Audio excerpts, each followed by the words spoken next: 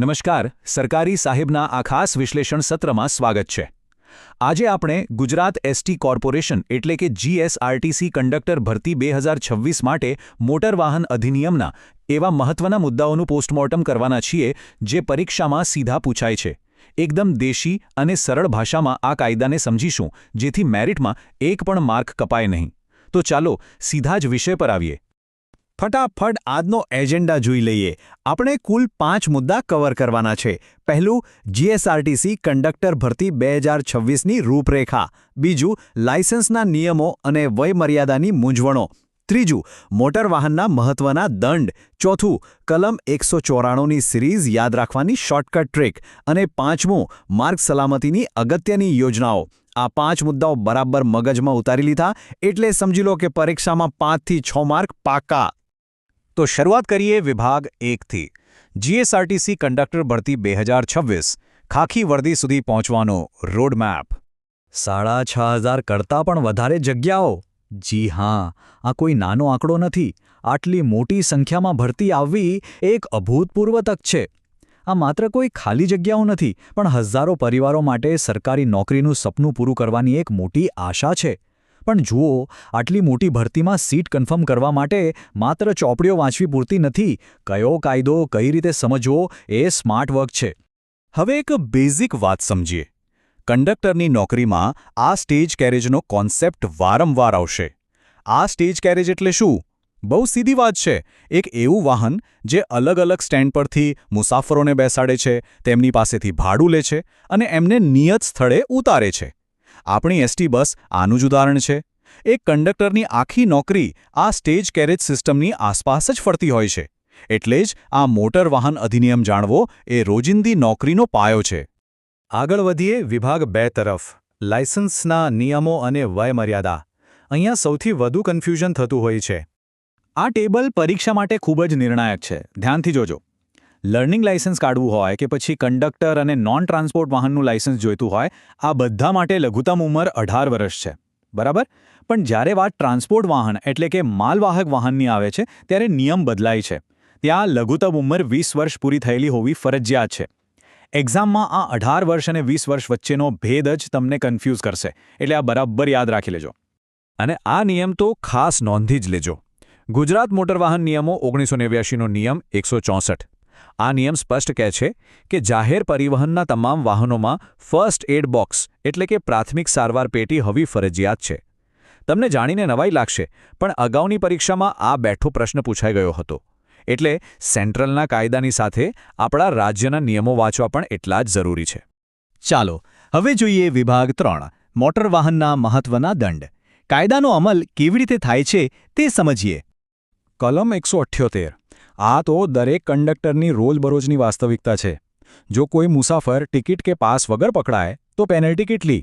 સીધી વાત, ભાડાના 10 ગણા અથવા તો 500 રૂપિયા. આ બેમાંથી જે રકમ ઓછી હોય તે દંડ તરીકે વસૂલવામાં આવે છે. તમે એસટી બસમાં મુસાફરી કરતા હશો ત્યારે નોંધ્યું હશે કે પેલા ફર્સ્ટ એડ બોક્સની બરાબર ઉપર કાળા પાટિયા પર ધોળા અક્ષરે આ જ સેક્શન 178 લખેલી હોય છે. ત્યારબાદ આવે છે કલમ 112, જે વાહનોની ગતિ મર્યાદા એટલે કે સ્પીડ લિમિટ નક્કી કરે છે. રસ્તા પર આપણે જે ગોળ લાલ કિનારીવાળા સ્પીડ લિમિટના બોર્ડ જોઈએ છે ને, એ આ કલમ હેઠળ જ લાગે છે. અહીં એક બહુ રસપ્રદ પોઈન્ટ છે.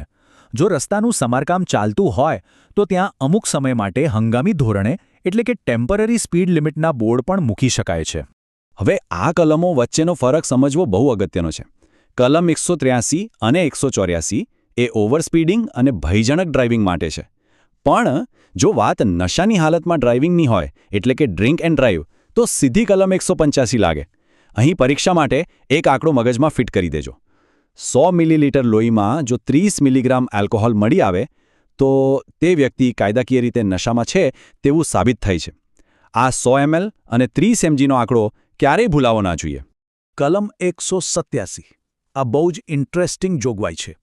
જો કોઈ વ્યક્તિ ડ્રાઈવરને ભયજનક રીતે કે નશામાં ગાડી ચલાવવા માટે ઉશ્કેરે અથવા તો મદદ કરે, જેને કાયદાની ભાષામાં દુષ્પ્રેરણ કહેવાય, તો એને સજા કેટલી થાય ખબર છે? મુખ્ય ગુનેગાર જેટલી જ પૂરેપૂરી સજા. સામાન્ય રીતે કાયદામાં મદદ કરનારને અડધી સજા થતી હોય છે, પણ અહીં એવું બિલકુલ નથી. એટલે કોઈ ખોટી સલાહ આપે તો એને પણ એટલો જ દંડ થાય. હવે આવીએ વિભાગ 4 પર. કલમ 194ની સિરીઝ. આખી સિરીઝ યાદ રાખવાની એક મસ્ત આલ્ફાબેટ શોર્ટકટ ટ્રીક છે. જુઓ આ ટ્રીક કેવી રીતે કામ કરે છે. 194 બી. બી ફોર બેલ્ટ એટલે કે સુરક્ષા પટ્ટો ન બાંધવા પર 1000 રૂપિયાનો દંડ. પછી 194 ડી. ડી ફોર ડબ્બો કે ટોપો એટલે કે હેલ્મેટ. હેલ્મેટ ના હોય તો દંડ. 194 ઈ. E for emergency. એમ્બ્યુલન્સ જેવા ઇમરજન્સી વાહનોને રસ્તો ના આપો તો સીધો 10,000 રૂપિયાનું જંગી દંડ. અને 194 એફ. ફાલતુમાં હોર્ન વગાડવું એટલે કે શાંતિવાળા વિસ્તારમાં હોર્ન વગાડવા બદલ 1000 રૂપિયાનો દંડ. બસ આ રીતે BDEને કનેક્ટ કરી દો એટલે આખી કલમ સરળતાથી યાદ રહી જશે.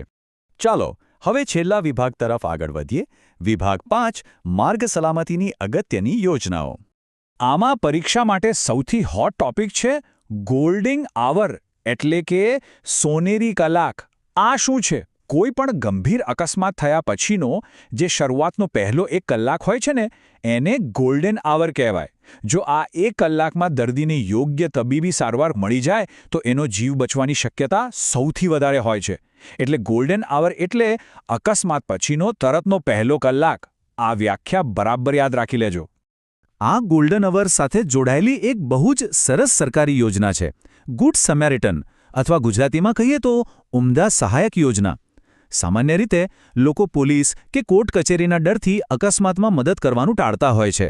પણ આ યોજના હેઠળ જો કોઈ વ્યક્તિ અકસ્માતનો ભોગ બનનારને તરત હોસ્પિટલ પહોંચાડે છે અને તેનો જીવ બચાવે છે તો સરકાર તેને 25,000 રૂપિયાના રોકડ ઇનામથી સન્માનિત કરે છે. પુણ્ય તો મળે જ, સાથે સરકારનું પ્રોત્સાહન પણ ખરું. તો આ હતા મોટર વાહન અધિનિયમના એવા ચાવીરૂપ મુદ્દાઓ જે આગામી કંડક્ટરની પરીક્ષા માટે ખૂબ જ અગત્યના છે. વધુ વિગતવાર અભ્યાસ સામગ્રી અને દરરોજના અપડેટ્સ માટે @સરકારી સાહેબ ટેલિગ્રામ ચેનલ પર ચોક્કસ જોડાઈ જજો. આજના આ વિશ્લેષણમાં જોડાવા બદલ સૌનો ખૂબ ખૂબ આભાર. જતાં વિચારવા જેવો એક પ્રશ્ન મૂકતો જાઉં છું. શું માત્ર પરીક્ષા પાસ કરવા પૂરતા કાયદાઓ ગોખી લેવાથી સાચા અર્થમાં માર્ગ સલામતી આવી શકશે? કે પછી રિયલ લાઈફમાં આ નિયમોનું પાલન કરવું એક જવાબદાર નાગરિક તરીકે આપણી ફરજ છે? વિચારજો ચોક્કસ. મહેનત કરતા રહો, સફળતા સામે ચાલીને આવશે.